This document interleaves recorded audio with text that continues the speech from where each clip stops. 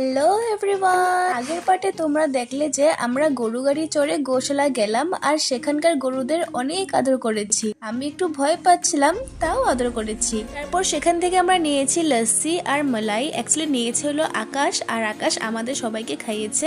আমি আর আকাশ নিয়েছি লস্যি, আর ছর্দি আর জিজুর জন্য নেওয়া হয়েছে মালাই। এখানকার লস্যি মালাই কিন্তু আমাদের এখান থেকে অনেকটাই টেস্ট। জিজু, আমি আর আকাশ খেয়ে নিয়েছি, তবে ছর্দি না খেয়ে ছর্দিটা মার জন্য রেখে দিয়েছে, কারণ কি মা মালাই খেতে অনেক বেশি ভালোবাসে। আর জিজুর মালাইটা থেকে জিজু ছর্দি শেয়ার করেছে। আমি যখন লস্যিটা আমার মুখে দিয়েছি, আমি তোমাদের কি বলবো, এটা যে অমৃত ছিল, অমৃত। আর সেখান থেকে ছর্দি নিয়েছিল মতিচুরকে লাড্ডু, সেটা আমি ভালোবাসি না। গোশালা থেকে এসে লাঞ্চটা আমরা নিয়ে নিলাম রাধা মাধবস মহাপ্রসাদ থেকে। জিজু আর আকাশ সেখানে বসে খেয়ে নিয়েছে, কিন্তু আমার আর ছর্দিটা প্যাক করে আমরা রুমে নিয়ে এসে পড়েছি। আজকে আর রাতে কোথাও বের হতে পারিনি, কারণ কি খুব জ্বর এসে পড়েছিল। টাটা।